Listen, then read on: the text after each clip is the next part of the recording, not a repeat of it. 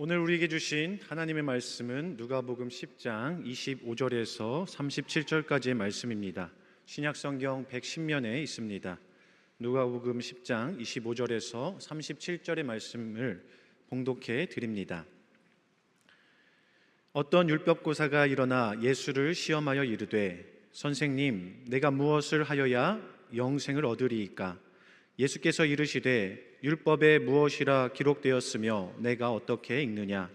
대답하여 이르되 내 마음을 다하며 목숨을 다하며 힘을 다하며 뜻을 다하여 주 너의 하나님을 사랑하고 또한 내 이웃을 내 자신과 같이 사랑하라 하였나이다. 예수께서 이르시되 내 대답이 옳도다. 이를 행하라. 그러면 살리라 하시니 그 사람이 자기를 옳게 보이려고 예수께 여짜오되 그러면 내 이웃이 누구니이까? 예수께서 대답하여 이르시되 어떤 사람이 예루살렘에서 여리고로 내려가다가 강도를 만나매 강도들이 그 옷을 벗기고 때려 거의 죽은 것을 버리고 갔더라.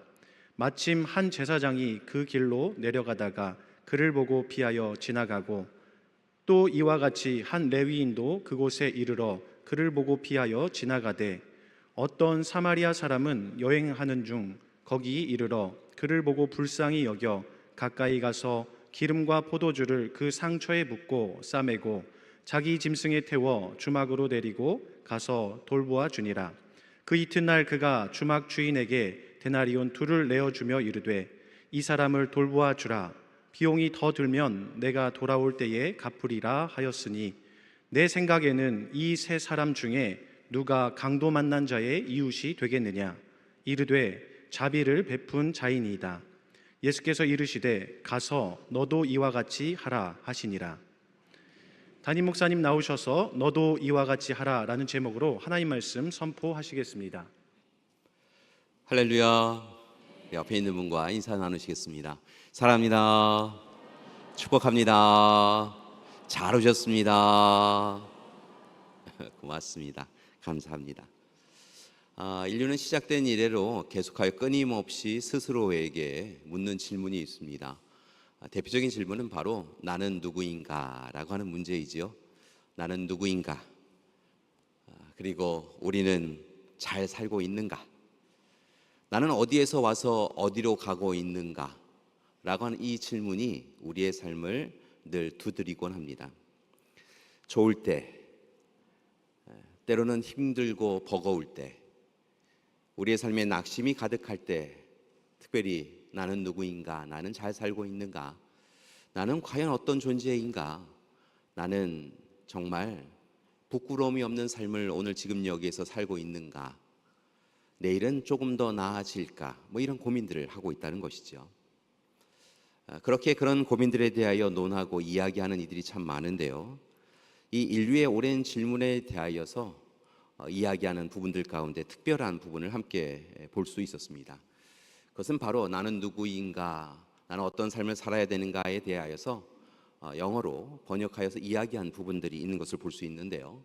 바로 being과 doing, 그리고 becoming과 belonging의 문제이다라고 하는 부분이었습니다. being이라고 하는 것은 존재, 내적인 정체성에 대한 문제를 가리키는 것이고요. doing이라고 하는 것은 행함, 그리고 외적인 실천에 대한 문제입니다. 보통은 신학에서도 being theology와 doing theology가 있는데요.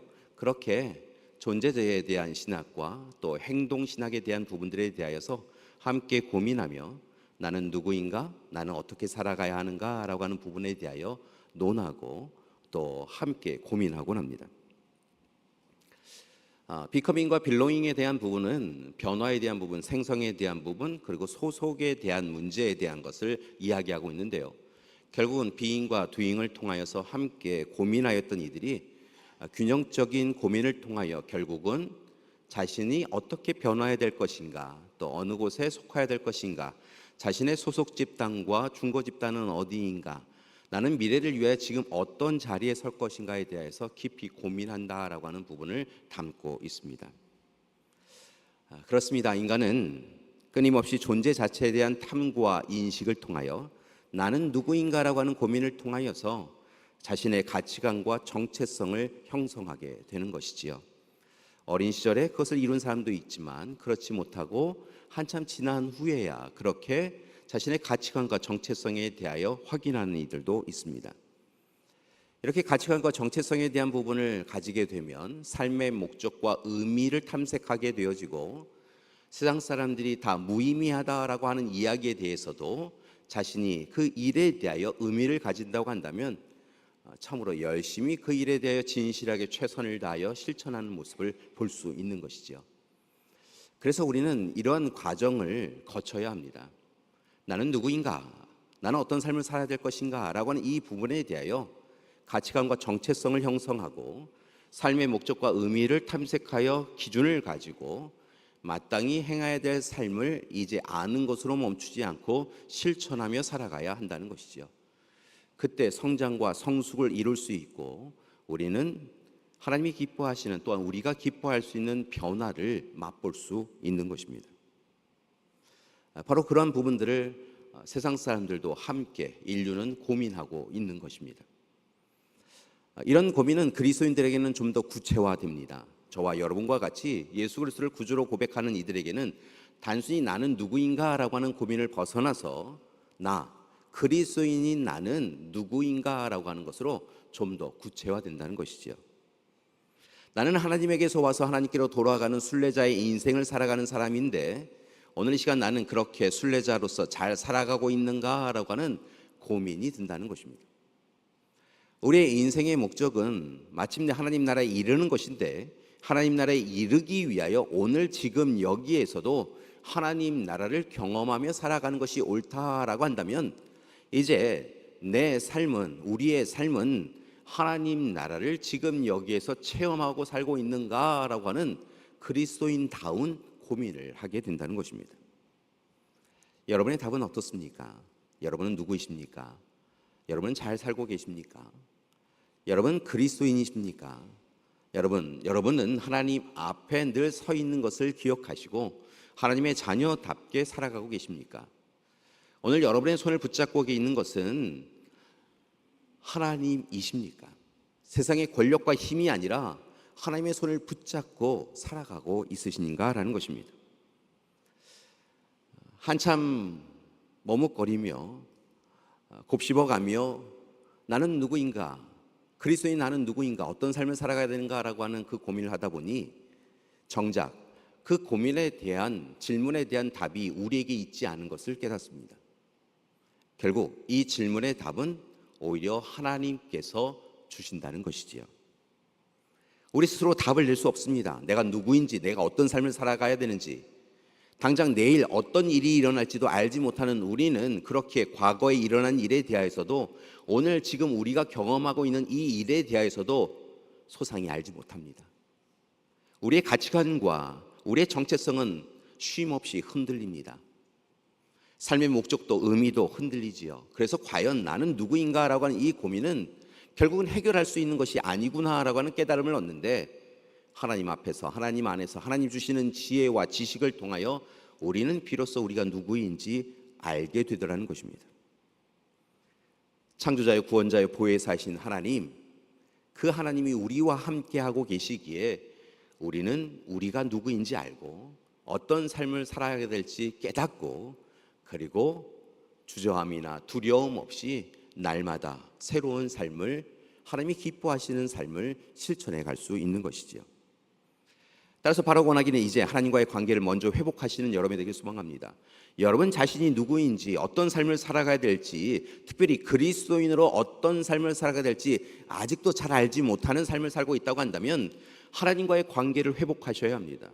우리보다 우리를 더 잘 아시는 하나님, 우리를 사랑하시는 하나님, 우리를 창조하시고 우리를 구원하시고 오늘 이 시간에도 돕고 계시는 하나님의 장중에 우리가 거하며 하나님의 뜻을 분별할 수 있어야 우리는 마땅히 살아가야 될 삶을 살아갈 수 있다는 것입니다.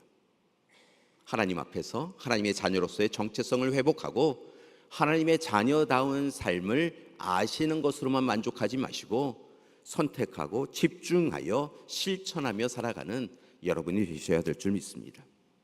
구체적으로는 이렇게 사셨으면 좋겠습니다. 이미 여러분이 다 아시는 부분인데요, 다시 한번 부탁을 드립니다.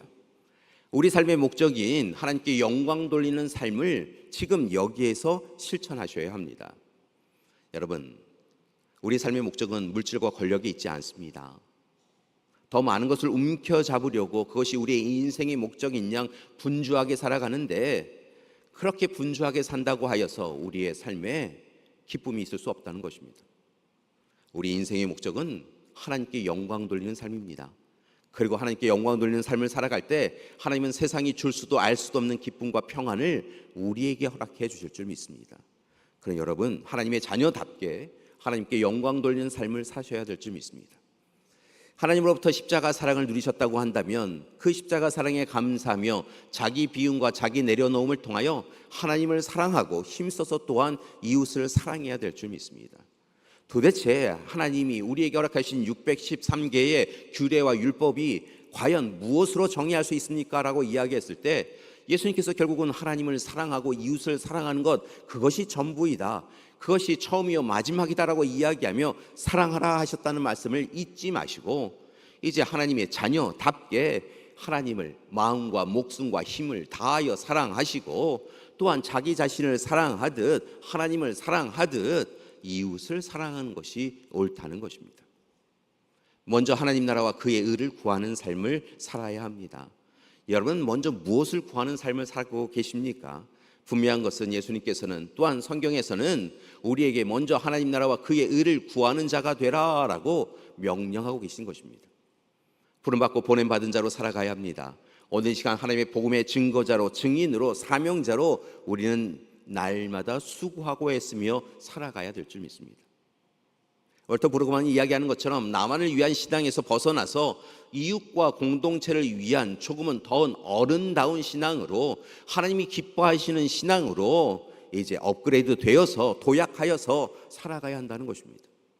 나만을 위한 신앙이 아니라 나의 가족과 교우와 이웃을 위한 신앙, 이웃과 공동체를 위한 신앙, 때로는 우리를 해하고 힘겹게 하는 원수와 적대자들을 위하여서도 하나님 앞에 함께 서 나갈 수 있는 그런 신앙의 소유자가 되어야 한다는 것이지요. 그런 점에서 다시 한번 여쭙습니다. 여러분은 잘 살고 계십니까? 여러분은 스스로 그리스도인이라고 말할 수 있는 그런 삶의 자리에 서 계십니까? 나는 능곡교회 교인입니다 라고 하는 것이 조금 더 부끄럽지 않은 삶을 실천하고 있습니까? 나는 목사입니다, 장로입니다, 권사입니다 라고 하는 것, 안수집사입니다 라고 하는 것이 진짜? 라고 하는 의문이 담겨져 있는 답으로 돌아오지 않는, 그럴 줄 알았어 라고 동의하는 그런 삶을 실천하고 계십니까? 바라고 하기는 다시 시작하길 원합니다. 나는 누구인가? 그리스도인으로서 나는 어떤 삶을 살아가야 하는가라고 하는 고민을 하고 계시다고 한다면, 다시 오늘 이 시간 하나님 앞에 서셔서 마땅히 살아가야 될 삶을 이제는 외면하지 마시고, 회피하지 마시고, 내일로 미루지 마시고 오늘 지금 여기에서 살아가야 될 줄 믿습니다. 그러기 위하여 이제 첫 걸음을 내딛기를 원합니다. 오늘 그렇게 하나님이 기뻐하시는 삶을 실천하기 위하여 내딛는 첫 발걸음은 오늘 말씀이 이야기해 주는 것처럼 바로 힘써서 서로를 사랑하라는 것입니다. 서로를 바라보며 사랑합니다, 축복합니다, 인사를 나누곤 하는데요, 정말 우리의 마음 깊은 곳에서 내가 내 자신을 사랑하듯 당신을 사랑합니다, 하나님을 사랑하듯 하나님의 사랑으로 당신을 사랑합니다 라고 고백하며, 고백만이 아니라 실천하며 살아가는 우리가 되어야 한다는 것이지요. 오늘 바로 그러한 내용을 예수님께서 비유의 말씀을 통하여 이야기해 주십니다. 오늘 말씀은 선한 사마리아인의 비유라고 이야기되어지는 부분입니다. 여러분이 잘 아시는 내용인데요, 잘 아시는 내용이지만 다시 한번 살펴보고자 합니다. 오늘 말씀에 보면 제자들을 이곳저곳으로 보내었던 예수님께서 제자들이 와서 전하는 소식을 듣고 함께 기뻐합니다. 살아역사시 하나님께서 그들을 돕고 계심을 목격하였기 때문인 것이죠. 그런 이야기들을 나누며 함께 기뻐하고 있던 그 자리에 오늘 말씀을 보면 한 율법학자가 다가와 예수님에게 질문하였다라고 하며 말씀이 시작됩니다. 율법학자의 질문은 어떻게 하면 영생을 얻을 수 있겠습니까? 라고 하는 부분이었습니다. 유대인이 율법학자가 영생에 대하여 이렇게 부활에 대하여 구원에 대하여 물었다는 것이죠. 그가 율법학자였기 때문에 가능한 일이었습니다. 예수님의 시대의 율법학자는 서기관으로 불려지기도 하였고 맡은 직분에 따라서 여러 부분으로 불려지기도 하였는데요. 율법학자 또 서기관은 대체적으로 바리새파 사람들이었습니다. 바리새파 사람들은 이 영생에 대하여 구원에 대하여 부활에 대하여 관심을 가지고 있었고 그 일이 그들이 가지고 있는 율법에서 가르치시는 가르침이다라고 생각하였습니다. 그에 반하여서 사두개파 사람들은 소위 정통 율법에 대하여 이야기하며 이 문서에 대하여 성경의 문헌에 대하여서 조금 더 집중하고 있던 이들은 부활에 대하여 영생에 대하여 받아들이지 않았습니다. 그래서 늘 이 율법학자 이 바리새인들과 사두개파 사람들은 제사장 계열 쪽에 가까운 이 사두개파 사람들은 다툼을 벌였는데요. 이 다툼을 벌이는 가운데 예수님께서 전하시는 복음의 소식에 대한 부분을 이 율법학자가 들었다는 것이죠. 예수님도 세례에 대한 부분도 이야기하시는 것과 함께 이제 영원한 생명에 대하여 강조하시는 것을 그들이 듣습니다. 그래서 오늘 율법학자는 자신들이 이야기하고 있는 이 영생에 대하여 예수님도 이야기하시는 것을 제가 들었습니다 라고 이야기하며 한편으로 우쭐대며 예수님을 향하여 예수님 영생에 대하여 저와 예수님의 뜻은 같습니다 라고 이야기하며 도대체 어떻게 해야 영생을 얻을 수 있습니까? 라고 그렇게 여쭙습니다. 그 이야기를 들으신 예수님께서 오히려 반문을 하시지요. 답을 주신다기보다는 오히려 또 다른 문제를 내셔서 답을 대신하시는 것을 볼 수 있는데요. 율법학자를 향하여 율법교사를 향하여 율법에서는 뭐라고 하였느냐라고 물으십니다. 그랬더니 율법교사가 이미 잘 알고 있습니다라고 하며 답을 하지요. 신명기 6장 5절과 레위기 19장 18절의 말씀을 인용하여서 이렇게 이야기합니다. 내 마음을 다하고 목숨을 다하며 힘을 다하여 하나님을 사랑하고 또한 이웃을 자신과 같이 사랑하라라고 하셨습니다 라고 답합니다. 신명기와 레위기의 말씀을 인용하여서 그렇지요 예수님 하나님을 사랑하고 이웃을 사랑하는 이들에게 영원한 생명을 주신다라고 분명히 말씀하셨습니다. 그렇게 이야기합니다. 그러자 예수님께서 답하십니다. 내 대답이 참 옳다. 잘 말하였다. 그러니 이제 내가 그 영원한 생명을 소유하고 살아라 라고 이야기하십니다. 영생의 소유자가 되라고 영생의 은혜를 누리는 자가 되라고 입술로 이야기하고 자랑하는 것으로 멈추지 아니하고 그것을 누리는 자가 되라 라고 말씀하십니다. 이렇게 자신의 의견에 자신의 뜻에 함께하는 예수님의 이야기를 들은 이 율법학자는 율법교사는 조금 더 어깨가 으쓱거려집니다. 그리고 마침내 이제 자기 자신을 드러내기 위하여서 또 다른 질문을 하는데요. 그것은 바로 제 이웃이 누구입니까? 라고 하는 질문이었습니다. 그렇습니다. 하나님을 사랑하고 이웃을 사랑하는 것이 맞습니다라고 이야기하면 하고 나서 그렇다고 한다면 오늘 내가 사랑하고 사랑을 받아야 될 이웃은 누구입니까? 라고 이야기하였다는 것이죠. 아마도 그가 고백하였던 대로 하나님을 사랑하고 이웃을 사랑하는 이들, 하나님의 뜻대로만 살아가는 이들, 자신처럼 하나님 앞에 부끄러움이 없는 자들, 적당히 사실은 서로가 사랑할 만한 사람을 사랑하는 하는 일에 참으로 주저함이 없는 이들이 이웃이다라고 하는 이야기를 듣기를 원하였던 것 같습니다. 그런데 예수님께서 말씀을 하시는 부분이 조금 다릅니다. 예수님은 오늘 이 시간 그렇게 나름대로 이웃의 개념도 규정하고 묻고 있던 그 율법학자의 이웃의 개념을 완전히 무너뜨리십니다. 그렇다고 한다면 예수님이 이야기하신 이웃은 어떤 사람일까요? 예수님은 오늘 이 시간 선한 사마리아인의 비유를 말씀하십니다. 말씀을 보니까 이런 이야기이지요. 어떤 사람이 예루살렘에서 여리고로 내려가고 있었습니다. 이 예루살렘에서 여리고는 약 30km 정도가 되는데요. 사실은 이 급경사 길입니다. 길도 좁습니다. 울퉁불퉁합니다. 사실은 좋지 않은 길이지요. 그래서 이 예루살렘에서 여리고로 내려가는 이 길 가운데 강도가 많았다고 합니다. 워낙 길도 좋지 아니하고 그렇기 때문에 사람들이 그 길을 자주 찾지 아니하고 어쩔 수 없이 그 길을 가는 사람들을 강도 때가 다가와서 그의 소유물을 빼앗는 일이 많았다는 것이죠. 그래서일까요? 이 예루살렘에서 여리고로 내려가는 이 길은 홀로 가는 길이 아니라 함께 가는 길이었습니다. 함께 동행하는 이들이 그렇게 강도에 대적하기 위하여 나름대로 준비를 한 상태에서 여리고 길로 나아가더라는 것이죠. 그런데 오늘 말씀에 나오는 이 한 사람 유대인, 그는 분주하였는지 아니면 원래 이렇게 조금 자기 자신의 삶에 대해 소홀하고 경계하는 일이 없어서 그런지 혼자 가다가 아니나 다를까 강도를 만났다는 것입니다.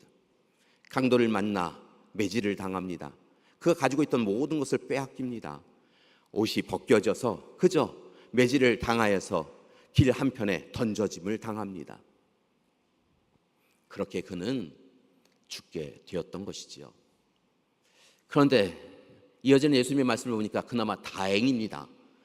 그렇게 누워있는 그의 곁을 제사장과 레위인이 지나가게 되었다는 것이지요.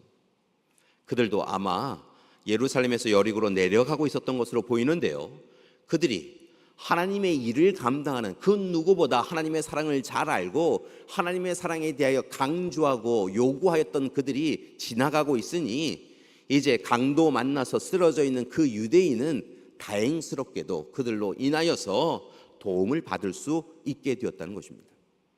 당연히 그러리라 생각했는데요, 예수님의 이야기가 전혀 다른 길로 나아갑니다. 제사장과 레위인이 그를 발견하고 그를 보았으나 그들이 바쁘다는 핑계로, 그리고 하나님의 일을 감당하는 자신은 정결법을 어길 수 없으니 그를 도와줄 수 없다라는 핑계를 대며 그를 멀리에서 보고 피하여 도망하였다라고 이야기가 전개되더라는 것입니다. 이제 그는 정말 죽게 되었습니다. 잠시 후 예수님의 이야기가 이어지는데요, 그 자리에 사마리아 사람이 여행 중에 지나가게 되었다라고 이야기하십니다.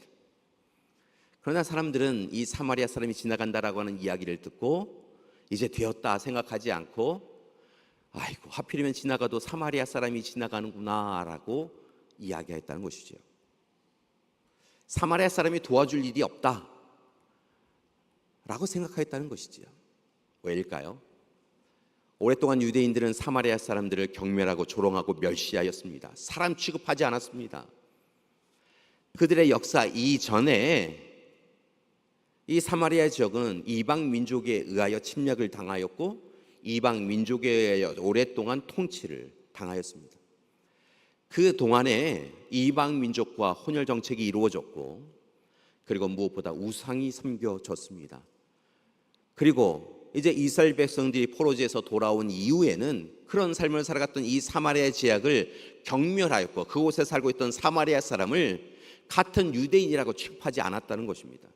그렇기에 갈릴리 지역에서 사마리아 지역을 거쳐 유다 지역으로 올 수 있는데요, 그렇게 행하지 아니하고 이 갈릴리 지역에서 요단강을 건너서 멀리 길을 돌아서 그렇게 사마리아 땅을 밟지 않고 유다 땅으로 오는 것을 오히려 그들은 마다하지 않은 것을 봅니다. 그 정도로 사마리아 지역을, 사마리아 사람을 경멸하고 멸시하였다는 것이죠.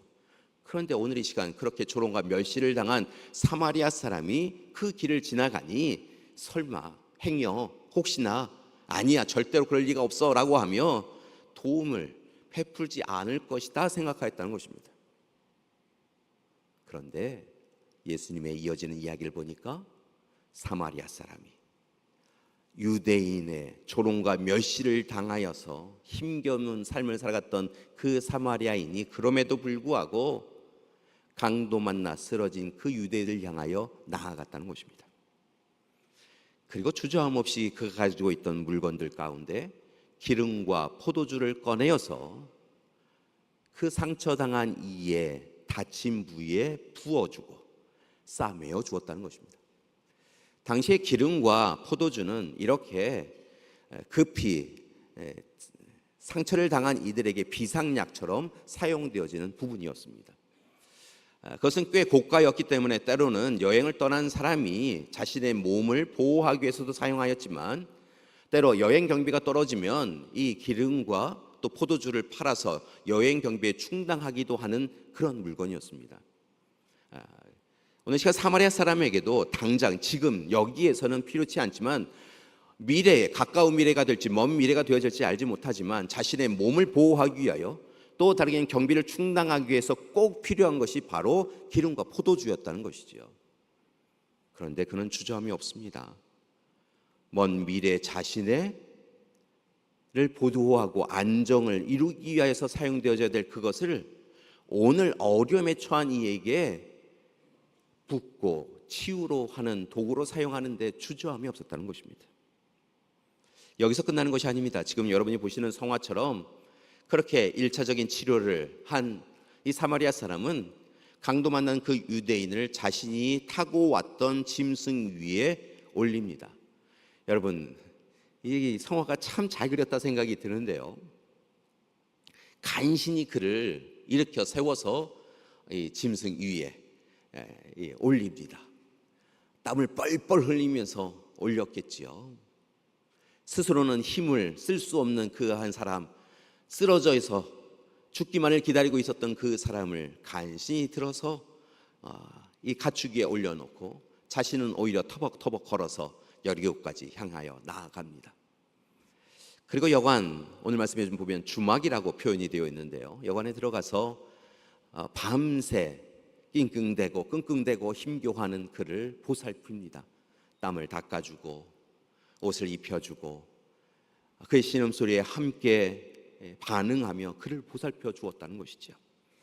여기서 끝난 것이 아닙니다. 그는 그 이튿날 자신이 이제 또한 행해 가야 될 길이 있는 것을 이야기하며 주막 주인을 불러서 이 사람을 이곳에 머물게 해달라라고 이야기하며 그에게 필요한 모든 것을 제공해달라라고 이야기하며 데나리온 2를 주막 주인에게 주었다는 것입니다. 자신을 위하여 아껴 쓰던 그 데나리온을 맡긴 것입니다. 그리고 만약에 이 2 데나리온을 통하여 이 사람을 위하여 애쓰고 수고하는 시간, 그 시간을 더 넘어가서 경과하여서 이 사람을 위하여 필요한 일이 있거나 이 사람에게 또한 함께 될 일이 있으면 주저함 없이 행해주라라고 이야기합니다. 만약에 더 들어간 비용이 있다고 한다면 자신이 돌아올 때 이곳에 다시 들러서 비용을 지불해 줄 터이니 그를 위하여 주저함 없이 행해달라라고 이야기했다는 것이지요. 사랑과 자비와 긍휼을 그렇게 요구합니다. 이 모든 비유의 말씀을 마치고 예수님은 유대인 교사를 향하여, 율법 교사를 향하여 고개를 돌리고 물으십니다. 자, 내가 이 이야기를 다 들었느냐? 그렇다고 한다면 누가 강도 만난 자의 이웃이었더냐? 오늘 율법학자는 율법을 잘 지키는 사람, 하나님을 사랑하고 이웃을 사랑하는 사람, 또 다르게는 자신이 생각하는 기준으로 이웃은 이런 사람이 되어야 한다라고 생각하였던 그 기준을 넘어서서 예수님이 이야기하신 그 이야기를 듣고 깨닫습니다. 그리고 답합니다. 자비를 베푼 자입니다. 오늘 그의 이웃은 사마리아 사람이었습니다. 그러자 예수님께서 이야기하십니다. 너도 가서 이와 같이 하라. 교회 여러분, 2025년 우리는 여전히 미움과 시기와 질투가 가득한 세상, 다툼과 싸움이 일상화된 세상에서 살아갑니다. 그렇게 나는 누구인가? 나는 잘 살고 있는가? 나는 그리스도인다운 삶을 살고 있는가? 나는 그리스도인으로서 예수님께서 이 땅에 오셔서 보여주시고 행해주신 화해와 평화의 사도로 살고 있는가? 아니면 또 다른 분쟁을 일으키는 자가 되고 있는가? 다툼의 이유가 되고 있는가? 깊은 고민을 가지고 살아가고 있습니다. 그리고 깨닫습니다.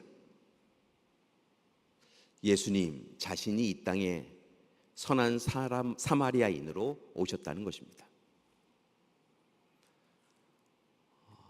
예수님은 죄와 악으로 인하여 힘든 시간을 보내고 있는 우리를 위하여 이 땅에 오셨습니다. 우리는 스스로 행한 죄와 악으로 인하여 죽음에 처한 이들이었습니다. 강도 만나 죽은 자처럼 되었습니다. 그런데 예수님께서 그런 우리를 외면하지 아니하시고 찾아오셨습니다. 하나님 자신이시고 왕 중의 왕이신 그분이 이 땅 아무도 눈여겨보지 않는 베들레헴 가축우리 구유로 오셔서 그렇게 삶을 시작하셨습니다. 힘겨운 나날들을 보내셨습니다. 나사렛에서 보내셨지요. 서양 사람들은 나사렛에서 무슨 선한 것이 나겠느냐라고 할 정도로 그 나사렛은 작고 또한 연약한 이들이 사는 곳이었습니다. 예수님께서는 그렇게 그곳에서 자라나셨고 마침내 갈릴리에서 사역을 시작하십니다.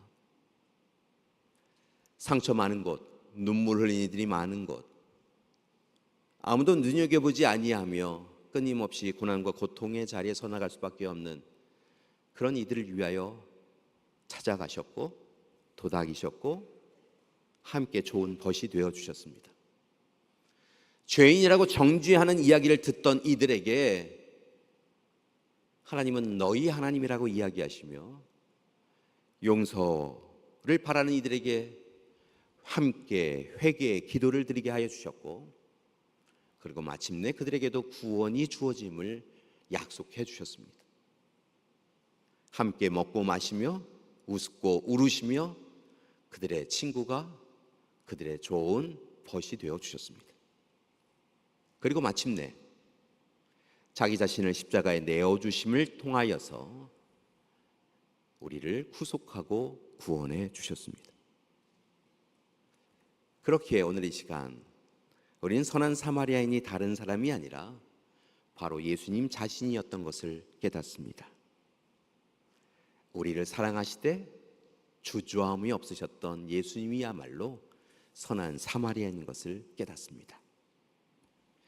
따라서 교회 여러분, 오늘 이 시간에 부탁드립니다. 첫 번째 부탁은요, 선한 사마리아인으로 우리 가운데 찾아오셔서 자신의 모든 것을 내어주시고 생명까지 내어주셔서 우리를 다시 살려주신 그 예수님의 사랑을 누리시는 여러분이 되시길 소망합니다.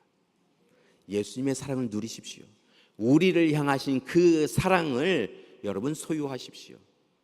세상의 분주함과 세상의 고난과 고통으로 인하여서, 두려움으로 인하여서 아무도 날 사랑하지 않아 라고 이야기할 수밖에 없는 이 세상을 살아가고 있지만, 분명한 것은 오늘 지금 이 시간에도 하나님은 여러분을 사랑하신다라고 하는 것을 말씀하고 계신 것을 잊지 마시고 하나님의 사랑을 누리십시오. 선한 사마리아인이 강도 만난 유대인을 향하여 주저함 없이 나아갔던 것처럼, 아니 그보다 더 뜨거운 마음으로 주님은 우리를 사랑하신다 하시며 오시니까요, 여러분의 죄를 고하시고 용서를 바라는 회개 기도를 하시고요, 우리를 품으시는 주님의 사랑을 오늘 이 시간 꼭 누리시기를 간절히 기도드립니다.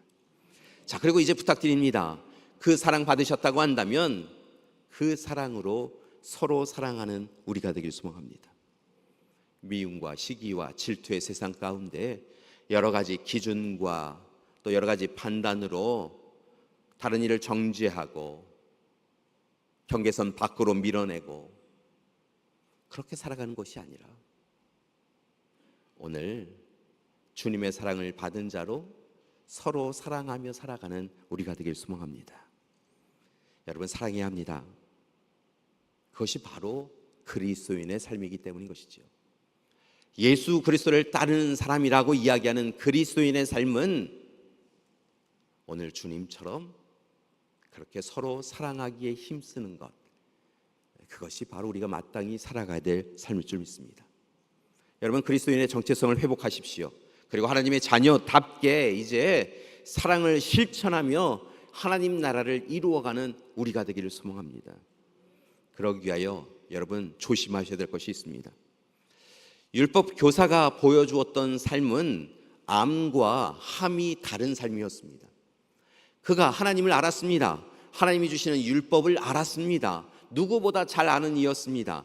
그 율법에서 하나님을 사랑하고 이웃을 사랑하라라고 하는 것을 그가 알았기에 분명하게 고백하고 영생을 얻을 수 있게 되었습니다.